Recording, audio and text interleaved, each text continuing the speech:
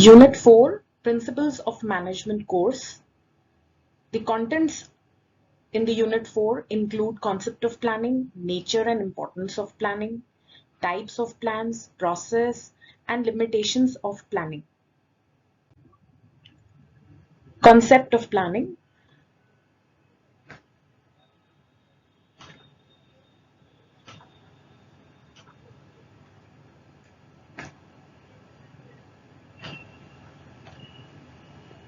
So when management is reviewed as a process, planning is the first function performed by a manager. The work of a manager begins with the setting of objectives of the organization and goals in each area of business. Planning is a tool in the hands of a manager who wants to face problems created by change. Successful managers deal with foreseen problems, and unsuccessful managers usually struggle with the unforeseen problems. The difference lies here in the planning part.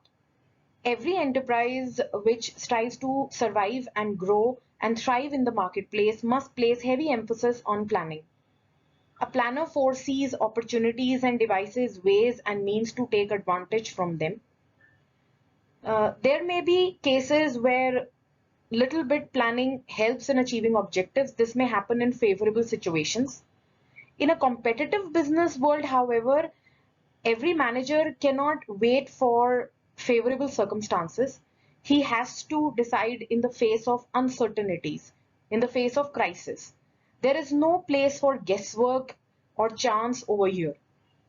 Therefore, in every organization, I would say that there is a need for proper planning. So, planning basically means looking ahead. It is deciding in advance what is to be done, when it is to be done, how to do it, and who should do the particular task. It basically helps in determining the course of action to be followed for achieving various organizational objectives. It is basically a process of thinking before doing. It is concerned with a mental state of the manager. He thinks before undertaking a work. Other functions of management like organizing, controlling, directing are also undertaken only after proper planning has been done. Now, planning has been there ever since the concept of management also has been there. But in the past 4 decades, every enterprise has shown a tremendous interest in planning. In the present economic, technological, political, and social setup, planning is essential for the survival of an enterprise. The change and growth brings new opportunities, but they also bring more risks for every business enterprise. So the task of planning here is quintessential in order to minimize the risk while taking advantage of the opportunities that are arising in the external environment of the business organization.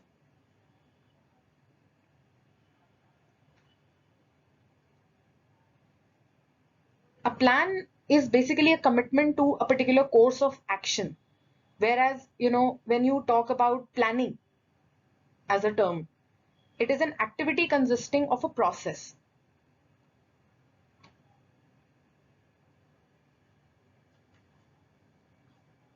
Now, moving further, we would be discussing that what different scholars have told about planning.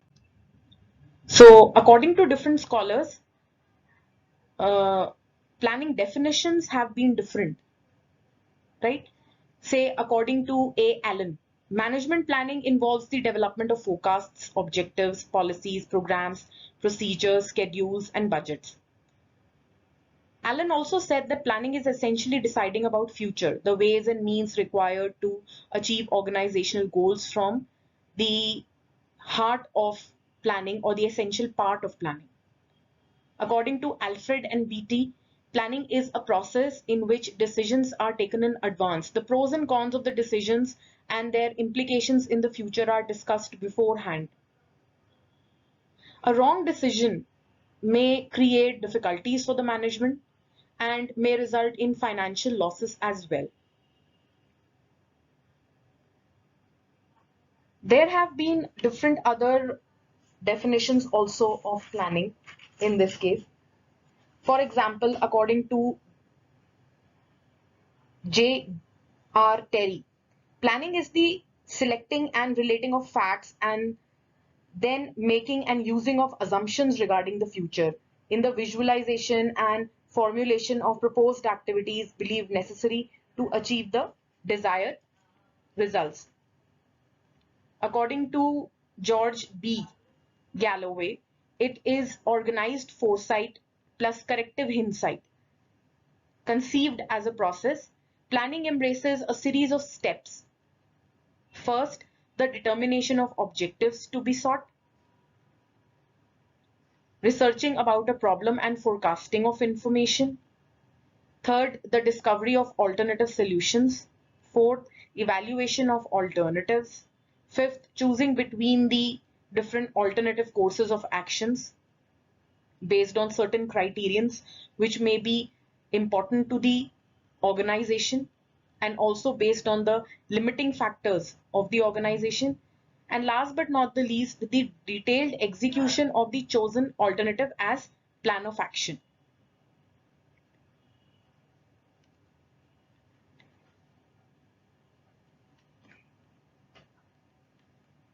According to Coons and O'Donnell, the selection from among alternatives for future courses of action for the enterprise as a whole and each department with it is what is entailed in the process or the concept of planning.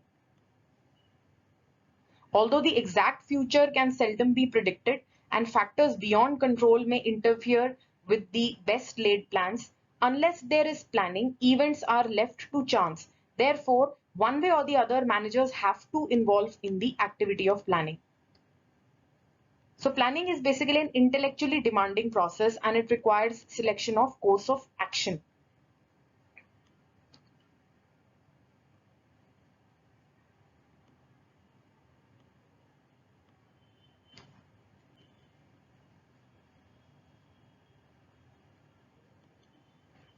A manager can be called a good planner if he chooses the best method of doing a particular thing for achieving the desired results.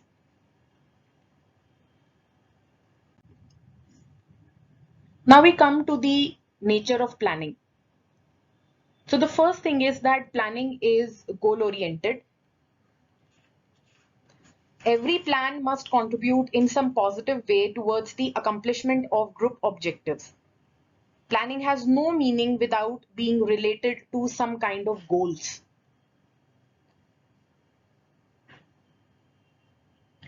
Every plan specifies the objectives to be attained in the future and the steps which are necessary to reach them.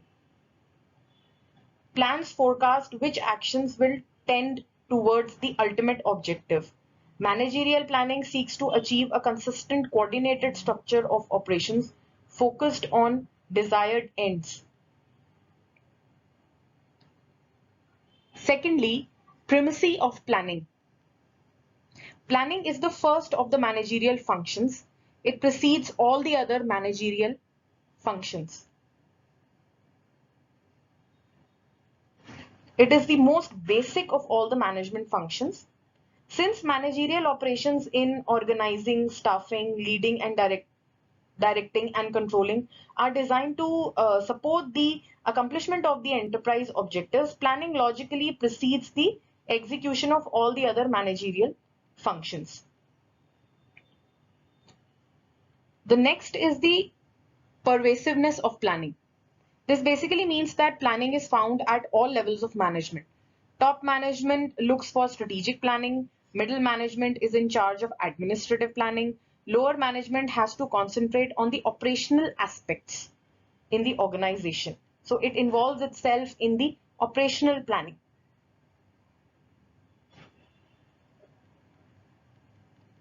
However, here it should be noted that the character and breadth of planning will vary with their authority and with the nature of policies and plans outlined by the superiors. Next, we come to the efficiency, economy, and accuracy. Now, this basically means that planning should be an efficient activity in the organization. Efficiency of a plan is measured by its contribution to the objectives in the most economical way possible.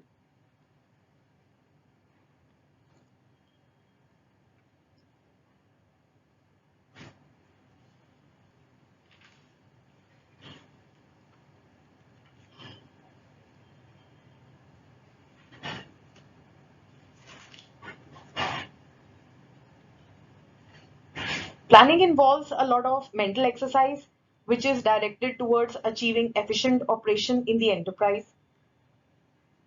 It substitutes joint directed effort for uncoordinated piecemeal activity, even flow of work for uneven flow, and deliberate decisions for snap judgments. This helps in better utilization of resources, and thus it also helps in minimizing the costs.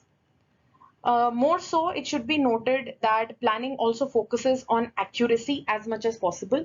We know that the future is very uncertain and the risks that are present in the future can only be forecasted. So planning tries to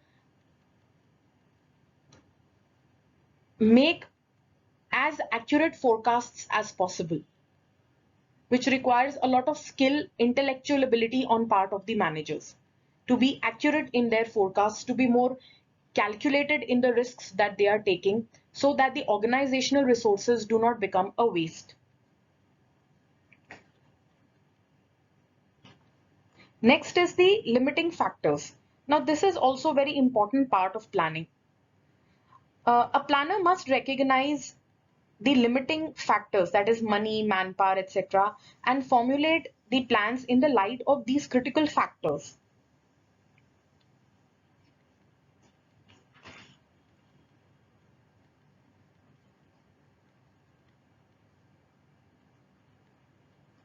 As these resources are limited with the organization, planning must take into consideration these factors before the managers should take into consideration these factors before the plans can be laid out.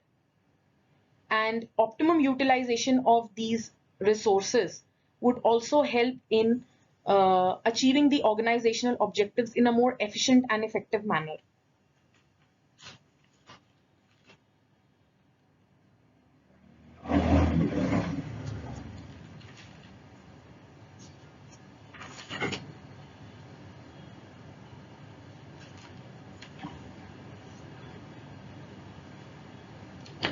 The next is the point that planning is an intellectual process. Now, quality of planning will vary according to the quality of the mind of the manager. Right? So planning is called to be an intellectual activity because it is dependent on the intellectual abilities of the manager, how well read the manager is, what is his understanding of the environment in which the business organization exists, what kind of conditions are there in the economic, technological environment, global environment, economic environment. He should have a good grasp over the aspects, different aspects of these environment before he can actually take a decision on which direction the organization has to move in the future period of time. So planning as an activity basically involves vision and foresightedness to decide the things to be done in future. It bridges the gap between where we are and where we want to go. It is not a simple process. It involves use of mental skills for the achievement of the objectives of the business organization.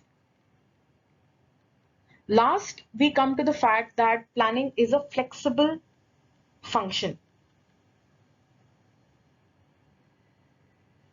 The process of planning should be adaptable to changing environmental conditions. It should not be so that a simple change that occurs in the external environment, that is in the economic environment or technological environment, should become a huge obstacle in the pathway of the plans of the organization. The plans should be formulated in such a way or designed in such a way that it is adaptable to the changes that take place in the external environment.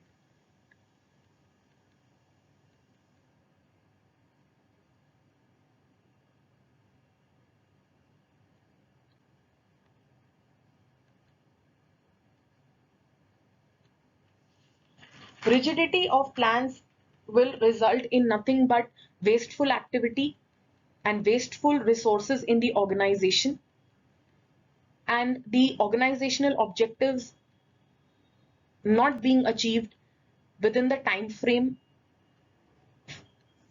within which they were designed to be achieved by the organization. Next is the importance of planning. First is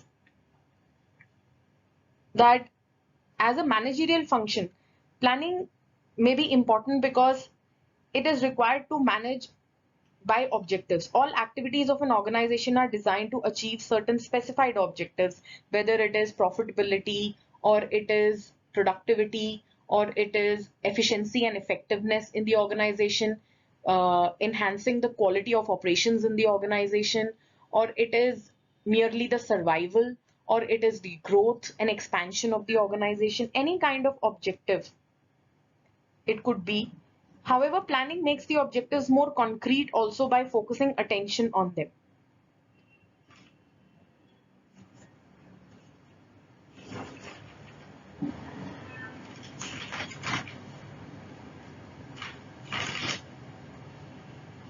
Since all planning is directed towards achieving enterprise objectives, the very act of planning focuses attention on these objectives. Laying down the objectives is the first step in planning. If the objectives are clearly laid down, the execution of plans will also be directed towards these objectives only.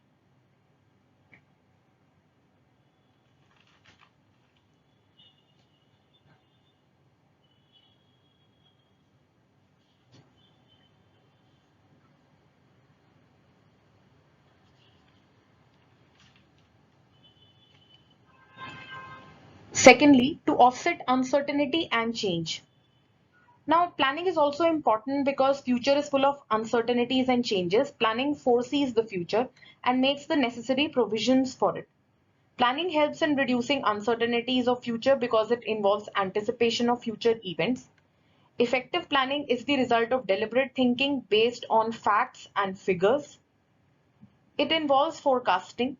Planning gives an opportunity to a business manager to foresee various unforeseen events and uncertainties which may be caused by the changes in technology, customer preferences, tastes, etc. Sufficient provision is made in the plans to offset these kind of uncertainties.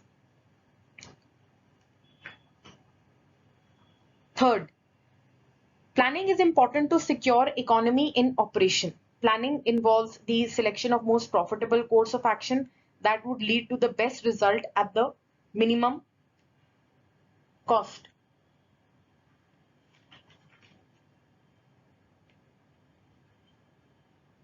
Planning in general is a joint and a coordinated effort, and it involves deliberate decisions and judgments on part of the manager and not snap judgments when the risks and uncertainties arise in the external environment. And as it is a forward-looking function and you plan in advance for what is to happen in the future in the external environment of the organization, it also helps in the better utilization or the optimum utilization of the physical, financial, and human resources in the organization. And thereby it also helps in minimizing the costs. Next, planning is also necessary to help in coordination. Coordination is indeed the essence of management, and planning is the base of it. Without planning, it is not possible to coordinate the different activities of the organization. Planning secures unity of direction towards the organizational objectives. All the activities are directed towards a common goal. There is an integrated effort throughout the enterprise because of the planning. It also helps in avoiding duplication of efforts. Thus, there will be better coordination in the business organization. Next is to make control effective. The controlling function of management relates to the comparison of the planned performance with the actual performance. In the absence of plans, a management will have no standards for controlling others' performance. So whatever plans have been made, after that, all the activities according to that plan have to be carried out one by one. Towards the end, when the activities have been carried out, the results have been obtained, these plans and these activities are then compared to these results so as to understand where is the deviation. And then the corrective action has to be taken, or the corrective measures have to be taken by the manager so that the plans which have been made earlier can be accurately converted into the organizational objectives which were set out in advance.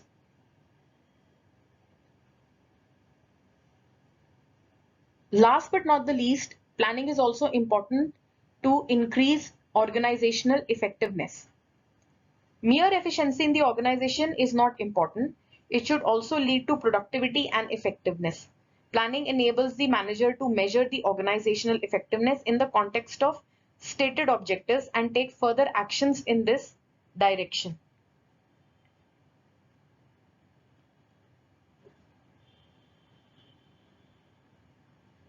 Effective planning would give a competitive advantage to the enterprise over the other enterprises, which also adds to organizational effectiveness.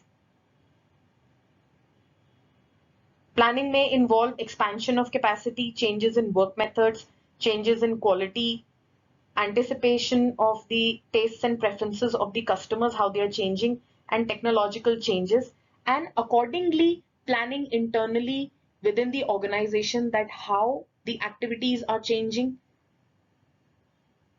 how the skills would change, training the manpower, developing the manpower in the light of the changes that are taking place outside of the organization. All these things are going to finally contribute to the increase in the organization's effectiveness. Next, we come to the topic of process of planning.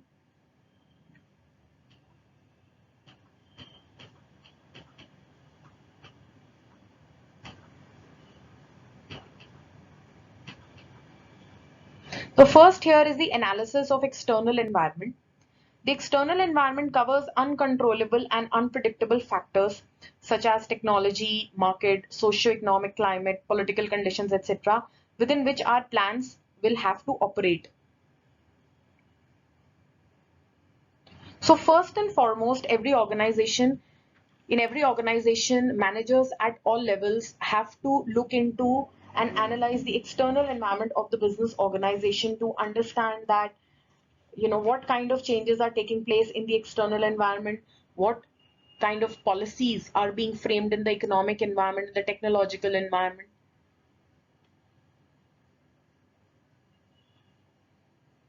After understanding the entire scenario of the external environment is only when the process of planning can even start.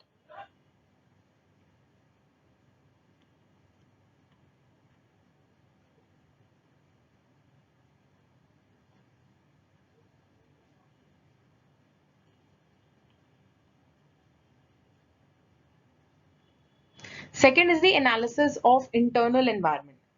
The internal environment covers relatively controllable factors such as personal resources, finance, facilities, or the physical resources of the organization or infrastructural facilities of the organization at the disposal of the firm. Such an analysis will give an exact idea about the strengths and weaknesses of the enterprise.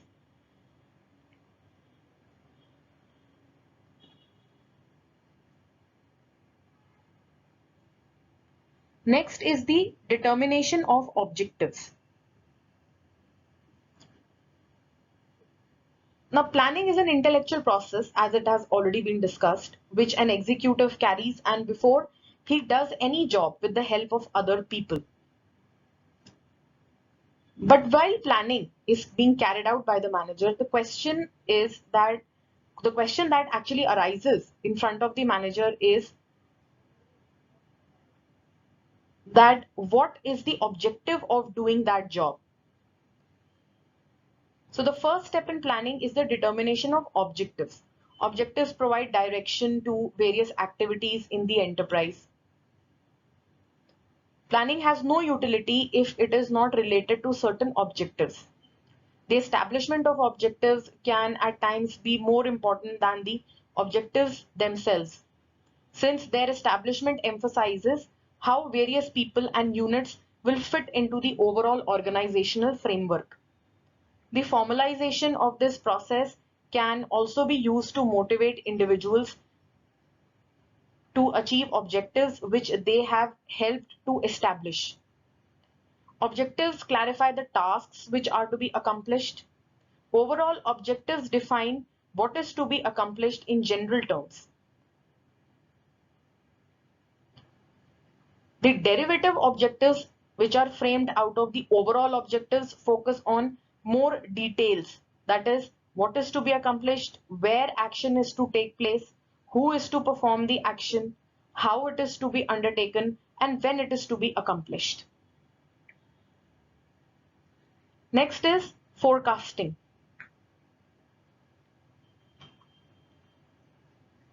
Forecasting is a systematic attempt to probe onto the future by inference from the known facts relating to the past and the present.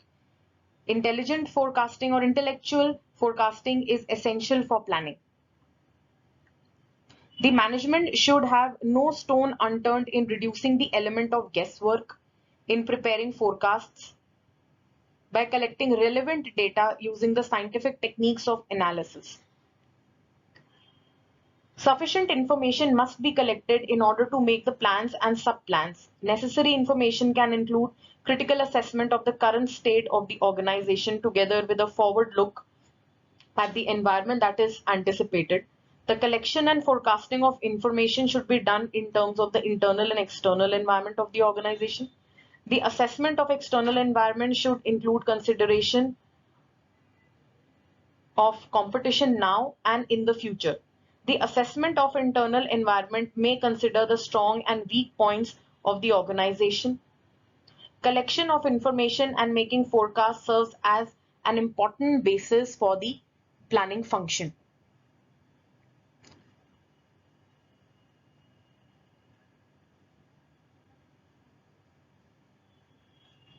The next is the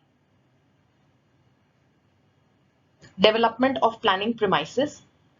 This step involves making assumptions concerning the behavior of the internal and external factors mentioned in the above step.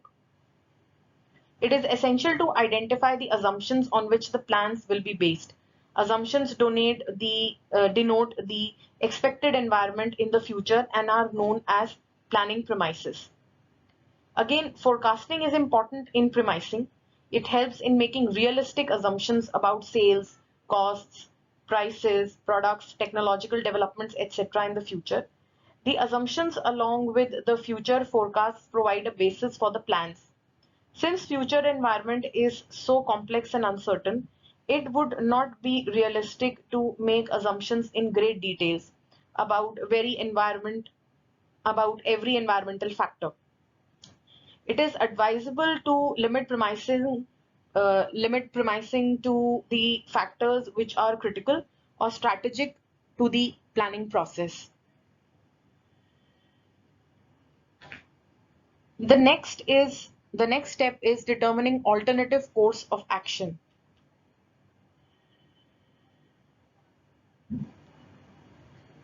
It is a common experience of all the scholars and thinkers who have written about planning that an action can be performed in several ways, but there is a particular way which is the most suitable for the organization. The management should also focus on trying to find out these alternatives and examine them very carefully in the light of planning premises. Usually there are several alternatives for any plan. The planner must try to find out all the possible alternatives. Without resorting to such a search, he is likely to be guided by his limited imagination. At the time of finding or developing alternatives, the planner should try to screen out the most unviable alternatives so that there are only a limited number of alternatives for detailed analysis. It may be noted that determination of alternative plans can be a time-consuming task because objectives which have been established initially may be found to be inflexible. It is also possible that assumptions need revision in the light of the changing circumstances in which the organization operates. Next is evaluating the alternative courses. Having sought out the alternative courses of actions and examining their strong and weak points, the next step is to evaluate them by weighing the various factors. These alternatives can be evaluated with reference to considerations like cost, long-range objectives, limited resources, expected payback, risk, and many intangible factors to select the satisfactory course of action. Many quantitative techniques are available to evaluate the alternatives. The manager may take the help of these techniques to reach the most objective result. The best possible alternative may be chosen by the manager after detailed analysis. Sometimes evaluation of available alternatives may disclose that two or more courses are divisible, and so the concerned manager may decide to choose two or more alternatives and combine them to suit the requirements of the organization. Next is selection of the best alternative. The next step is selecting the course of action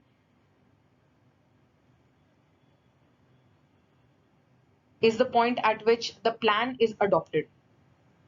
It is the real point of decision making. Now the plan which is being selected here, or the alternative course of action which is being finalized here, should be the most feasible plan.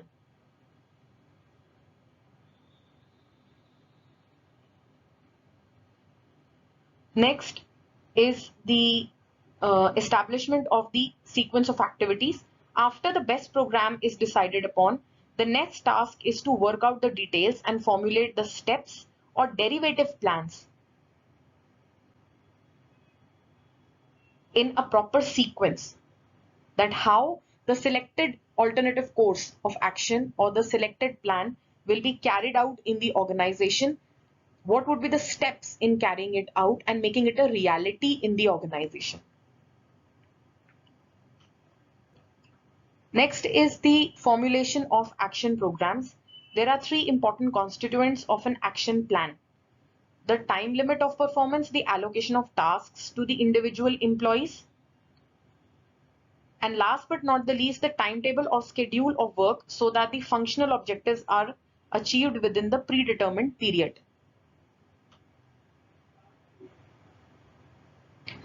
The final step in the planning process is reviewing the planning process.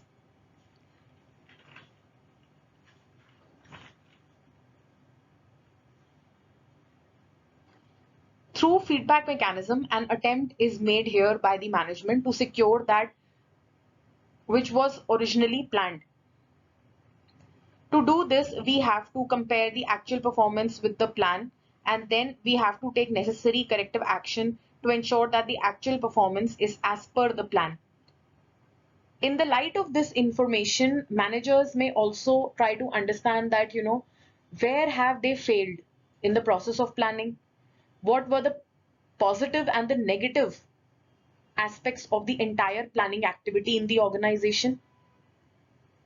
Why such deviations have occurred? Who is responsible for these deviations in the different departments? And what can be done in the future that such deviations do not occur? In the light of this information, the plans in the future can be revised.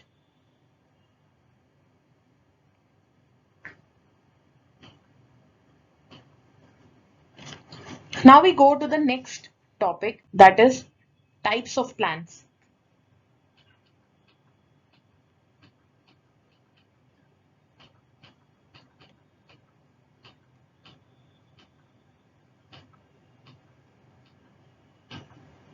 Planning may be of different types. We can classify some of the important types of plans according to the nature of the planning as given below.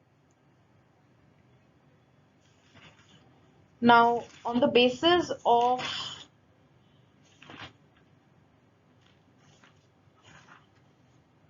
the course of activities, the coverage of activities or organizational level, we can say that planning can be of these two types, corporate planning and functional planning. Corporate planning is undertaken at the top level. It is also known as corporate level and covers the entire organization's activities. Corporate planning can also be defined as systematic and comprehensive process of planning, taking account of the resources and capability of the organization and the environment within which it has to operate, and viewing the organization as a total corporate unit.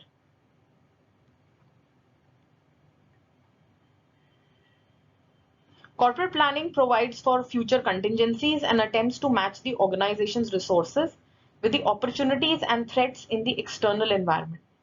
Planning at the corporate level are formulated by the top level managers and they integrate various divisional and functional plans of the enterprise. The second type of planning is functional planning. Functional planning is of segmental nature and is undertaken for each major function of the business organization, such as production, operations, marketing, finance, human resource department.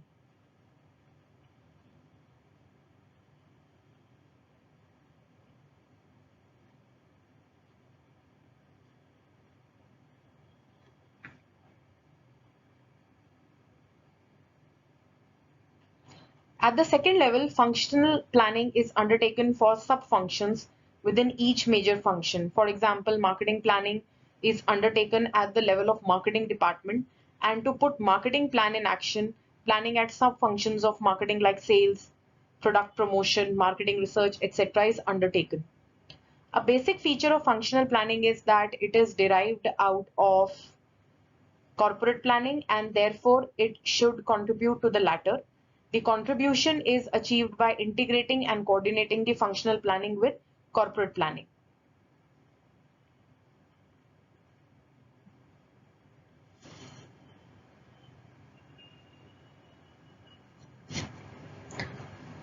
The next basis to define the types of plan is focus. So on the basis of focus, there can be two types of planning: strategic planning and operational planning. So strategic planning involves setting long-term direction of the organization in which it wants to proceed in future. It is the process of deciding long-term objectives of the organization and defining where the organizational resources and efforts should be put to achieve the organizational objectives.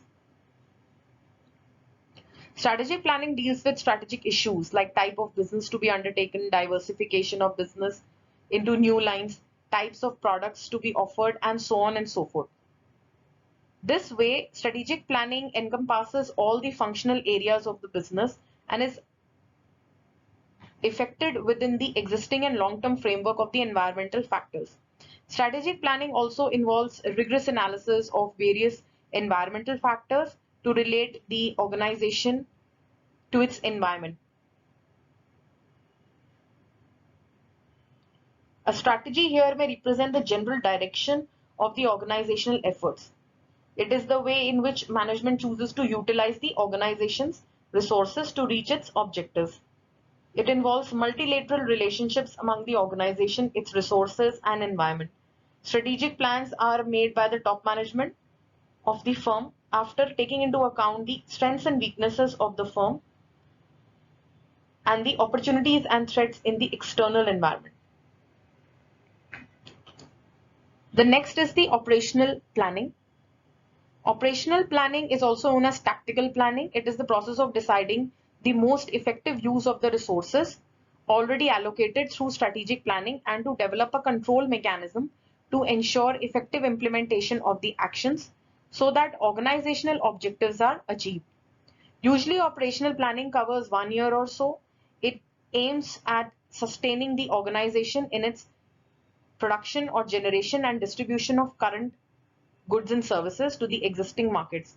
Operational planning answers the questions about a particular action, such as why is the action required, what action is to be taken, what will this action actually accomplish for the organization, what are the likely results of this action, what condition must be met in putting the action in operation. Operational planning is undertaken within the framework of strategic planning. Some examples of operational planning include adjustment of production within the given capacity, increasing the efficiency of operating activities through analysis of past performance, budgeting in the organization, specific details of future short-term operations, and so on and so forth.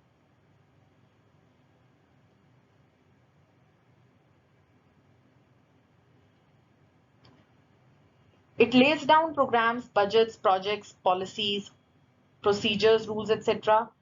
to implement the strategic plan of the organization.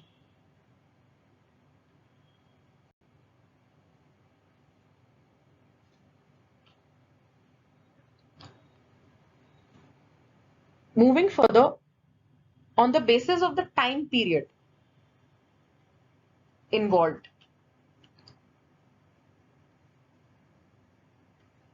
the planning can be of two types.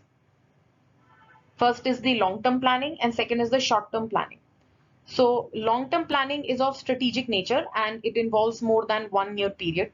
Usually 3 to 5 years through period of 5 years is more common in the Indian context. Long-term planning usually covers all the functional areas of business and is undertaken within the existing and long-term future environmental scenario.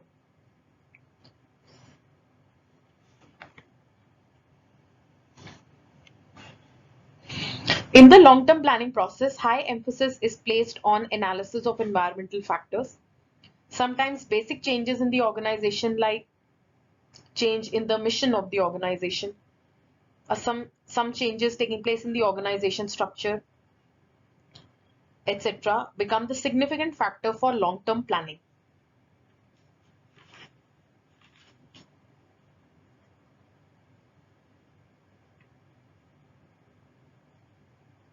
Long-term planning may involve capital budgeting, product planning, project planning, acquisition of competing units. It may involve a complete change in the outlook of the business. It deals with the broad technological, financial, competitive aspects of the business.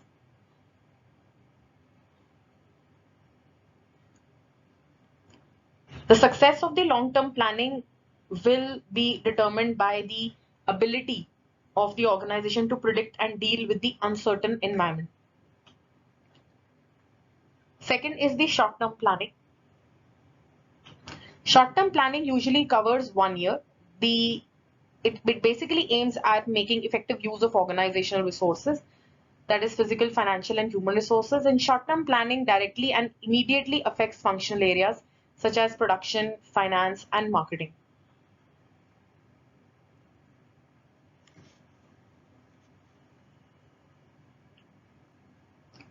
There is always in an organization a need for coordinating the long-term plans with the short-term plans.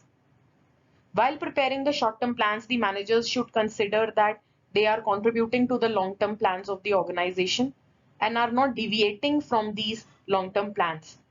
For this purpose, they should scrutinize the former, that is the long-term plans, the short-term plans in the light of the long-term plans.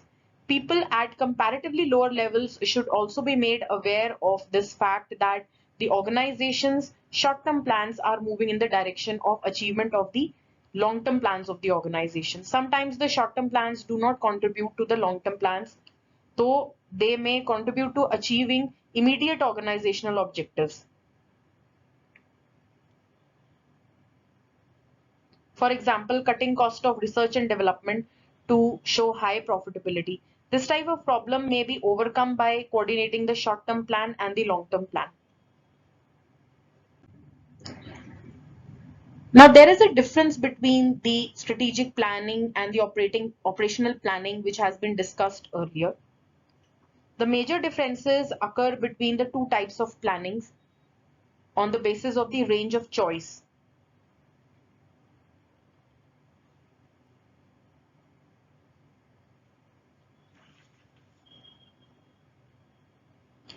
Strategic planning guides the choice among the broad directions in which the organization seeks to move and allocation of its financial, physical, and human resources over future specified period of time.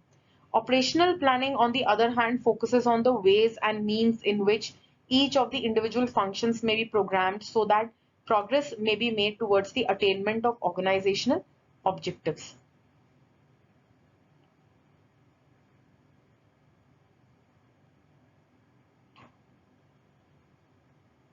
Second is the type of environment. The type of environment for two types of planning is also different. Strategic planning takes into account the external environment and tries to relate the organization with it. The nature of external environment thus is of the prime concern of strategic planners. Operational planning mostly focuses on internal environment of the organization so as to make the effective use of given resources.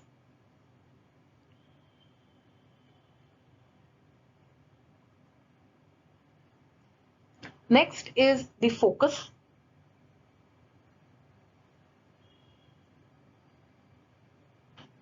Strategic planning focuses on setting long-term trend and direction for managerial actions.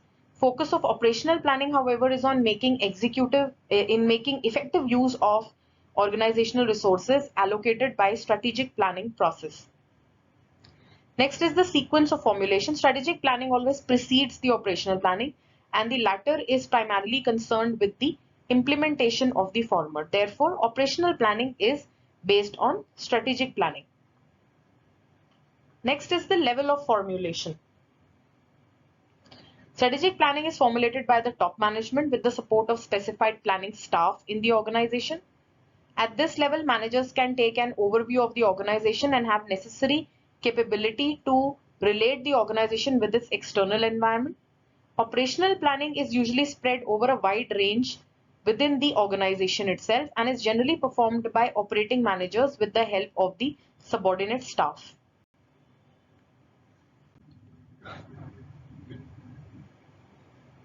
Third type of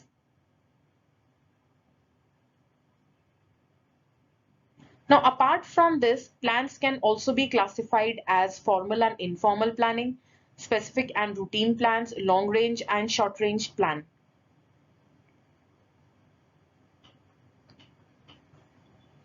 Wherein the formal plan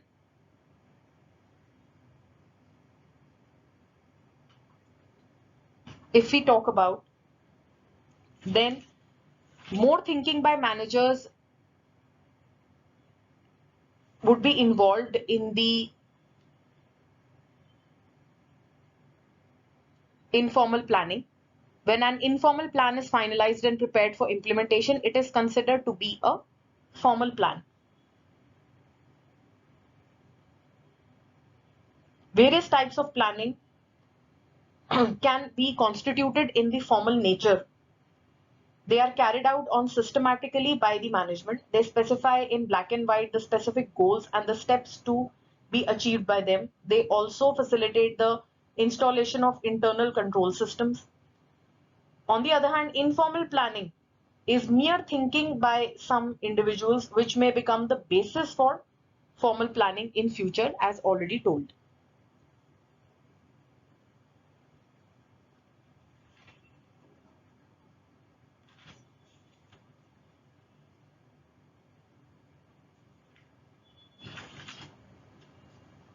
Now the next is the specific and routine plans.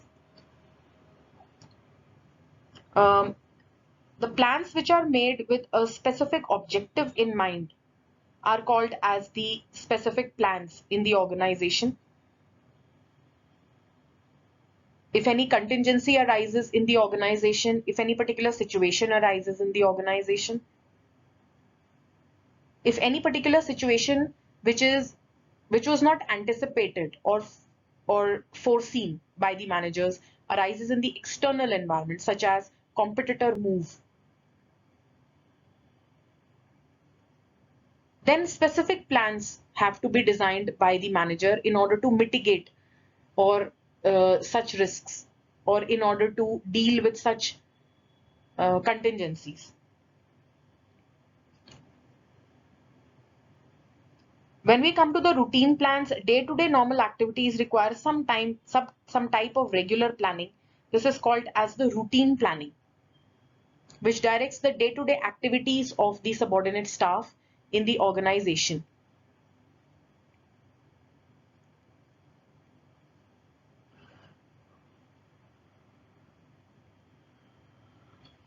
Next is the long range and short range planning. So a long range plan usually involves a time interval of 3 to 5 years. The modern concern is to plan for a decade or two as far as the long-term planning is concerned. On the other hand, when we talk about the short range planning, it depends on the organization structure, nature of business, kind of industry, etc. In general, short-term plan refers to a plan which would be operational for a period covering 6 to 12 months on an average. Next is the advantages of planning.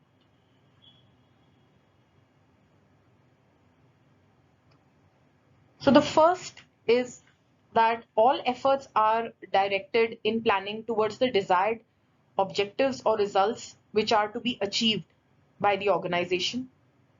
Therefore, there is a unity of action, and unproductive work and waste of resources can be minimized, and planning therefore becomes more of an economical activity.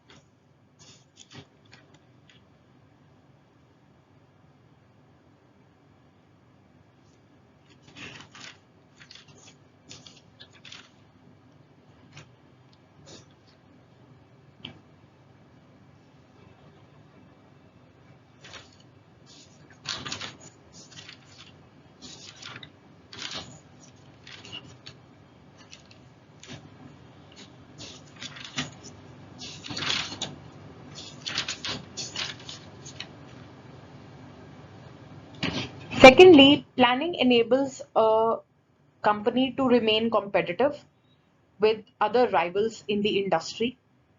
As the competition increases and becomes more complex in the external environment of the organization, and new firms come into the market in which the organization is operating, a far-sighted approach on part of the managers within the process of planning can help them to secure the organization's survival and ensure the growth of the organization even in an ever competitive market in which they are existing. So whether the competitor move is in terms of the products being offered at a very low cost, or it is in terms of the effective and efficient operations carried out by the competitor firm, or is it in terms of the managerial depth, that is well-trained, skilled, educated managers in the competing firm, or any other strength that the competitive firm has or the rival has. An organization will be able to compete with such organization if they have planned well in advance what is to be done, when it is to be done, and who has to carry out the particular activities. Through careful planning, crises can be anticipated and mistakes or delays can be avoided. Next is that planning can point out the need for future change, and enterprise can manage the change effectively. Any kind of changes that are taking place in the external environment of the business organization, whether it is technological environment or economic environment, or it is the global environment or sociological environment, cultural environment of the organization, if anticipated properly or forecasted properly on part of the managers, can help the organization in being ready for managing these changes effectively. Firstly, understanding what are these changes, how they are going to affect the functioning of my organization, which all departments is it going to have the maximum impact on, and then accordingly deciding in advance, planning in advance, that how these changes will be implemented in the organization so that the organizational objectives or the predetermined goals can be achieved effectively and efficiently.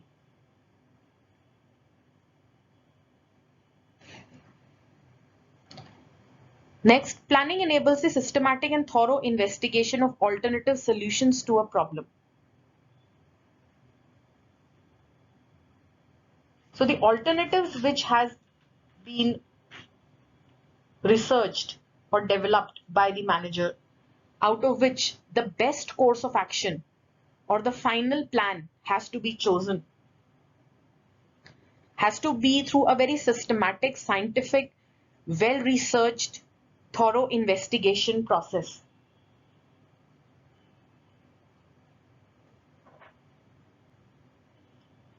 The planner should try to screen out the most unviable alternatives so that there are only a limited number of alternatives for detailed analysis. Determination of alternative plans can be a very time-consuming task because the objectives which have been established initially may be found to be subjected to change or inflexible. It may also be so that the earlier assumptions which have been taken before planning need revision in the light of the changed circumstances.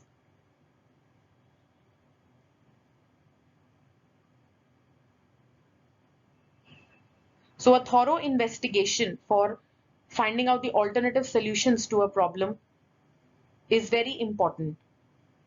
Next is planning maximizes the utilization of available resources. Planning should never be done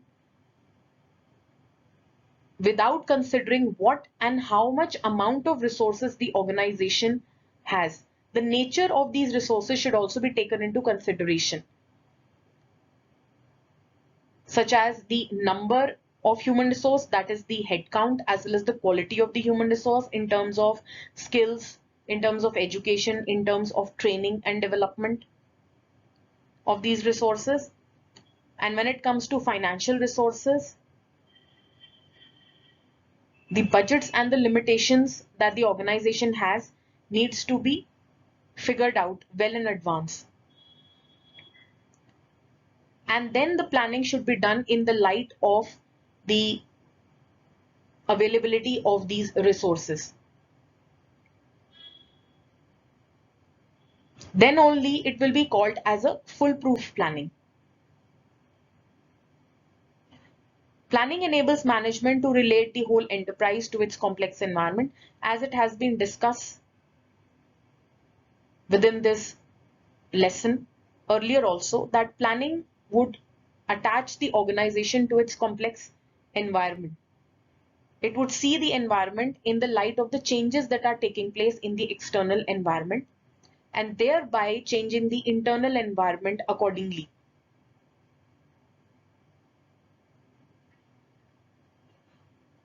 Next, we come to the disadvantages of planning.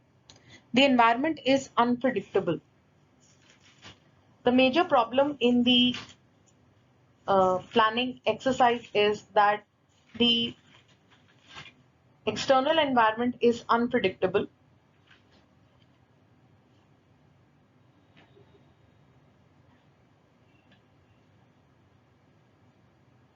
The effectiveness of planning is limited because of external factors which are beyond the control of the planners. External contingencies are very difficult to predict sometimes. Sudden breakout of a technology war, say, in the market, some kind of government policies being changed or government controls being put on the business organizations, natural calamities, etc., and many other such factors are beyond the control of the management. An economic meltdown in the external environment of the organization is also beyond the control of the management. This makes the execution of plans sometimes very difficult. Even though the forecasting as well as the predicting of the environment has been done earlier, which is very essential part of the planning, still the forecasts cannot always be foolproof because the future is unpredictable. Second is, planning is a costly exercise. Planning is a very time consuming process.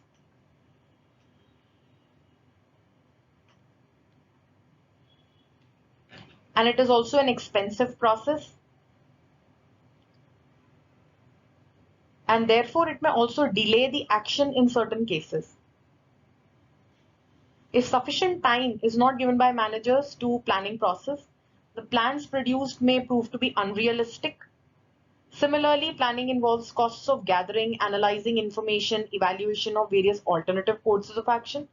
If the management is not good at doing this task and is not willing to spend enough amount of time on planning, the results may be disastrous for the business organization. Third is rigidity of the organizational working. Internal flexibility in the organization may compel the planners to make rigid plans. This may deter the managers from taking initiative and doing innovative thinking when the alternative courses of actions have to be developed, because the organization is not supporting these innovative plans or innovative alternative courses of actions, which may be either due to the scarcity of resources or limitation of thinking on part of the organization as a whole. It may also be due to the lack of intellectual abilities, lack of managerial depth, lack of skills, training, education within the organization. It could be also due to the affinity that the organization's personnel have towards the older ways of working. They want to only stick to the rules of thumb or the methods that have been there since a very long time for working things out in the organization. So the planners must have sufficient discretion and flexibility in the enterprise. They should not always be required to follow the procedures very rigidly. Otherwise, planning will become a futile exercise. Next is tendency towards inflexibility to change. Resistance to change is another factor which puts limits on planning. It is commonly experienced phenomenon in the business world. Sometimes planners themselves do not like change, and on the other occasions they do not think it is desirable to bring change as it makes the planning process ineffective, because the entire organization may not accept the change. There would be groups that would be resisting the change, and dealing with these groups that resist the change with their mindset can become a huge impediment in the planning exercise.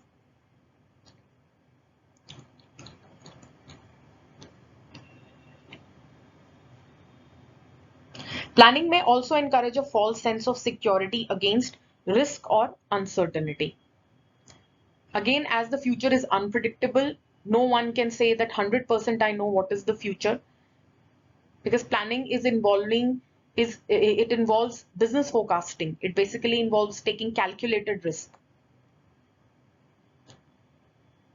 So it can help organization to overcome the risks of the future to some extent, but 100% security against the future risks which the organization may face cannot be provided through planning, no matter how foolproof the plans are.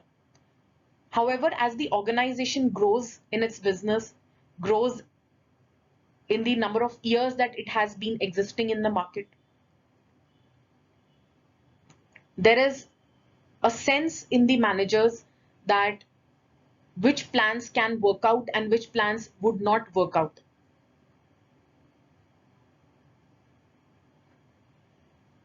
And therefore, over a period of time, a sense of security may come up that these plans are going to work.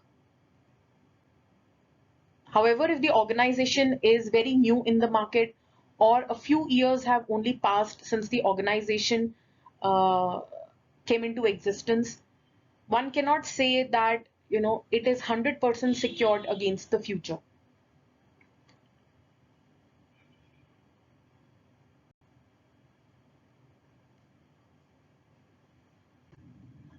Next, we come to the topic planning premises.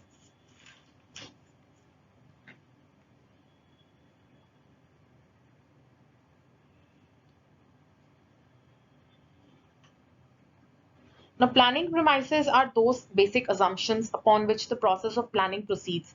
Planning involves making a choice of action on the basis of assumptions of what is likely to happen in the future, which is totally uncertain. These assumptions or premises are the postulates. It is a position that the managers are taking that something of this sort can happen in the future. Therefore, the plans should be made in this direction, looking at the external environment of the organization. A manager tries to make assumptions on the basis of likely happenings in the future and bases his present decisions on those.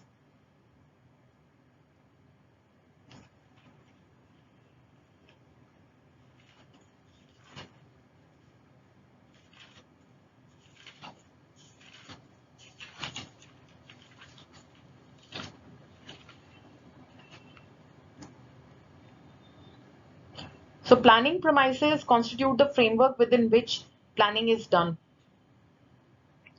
They provide the bedrock upon which the future course of action is based. In order to have effective planning, the plans must be based on sound premises. Therefore, these premises should be based on systematic forecasting. Though derivation of premises in the form of forecasts is a very rigorous form of research activity which involves huge cost, it is essential to enhance the effectiveness of planning. These forecasts are based upon both the past events as well as the expected events. It is wrong to say that only future estimates are taken as planning premises. Past events are a useful guide for deriving reliable planning premises. These premises constitute the ground on which the plans stand. Now, the planning premises can be classified as internal and external premises and controllable and uncontrollable premises.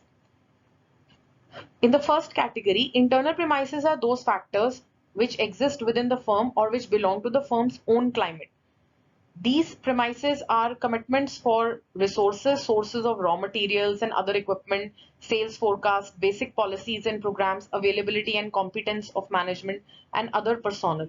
All these factors are known and fully controllable. External planning premises pertain to the outside environment of the firm. These relate to general business environment, conditions which influence the demand for business products and resources available to the organization, like political philosophy of the state governments of the nation or the central governments, fiscal and monetary policies, trends in population growth, education, national income, etc. All these external factors have great impact on the planning of a business unit. The next category is the controllable and uncontrollable premises. There are some factors which are within the control of management. These factors include managerial policies, programs and rules, etc. There are certain factors over which management has no control.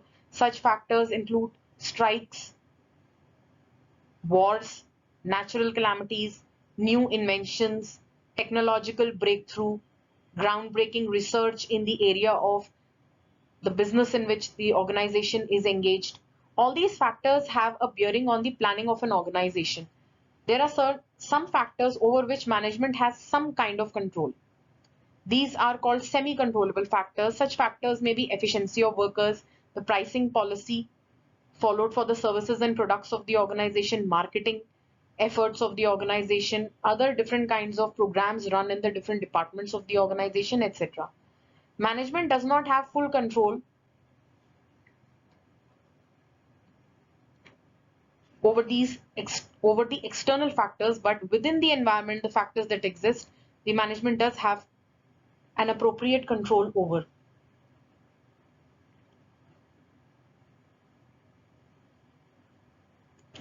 All these premises are important for preparing plans. Any change in these premises would necessitate modifications of plans.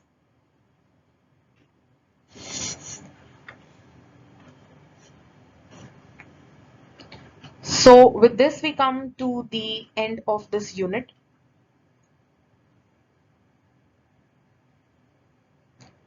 And it is important to appreciate the fact that planning is the basis for managerial actions. It has existed in all organizations, either formally or informally.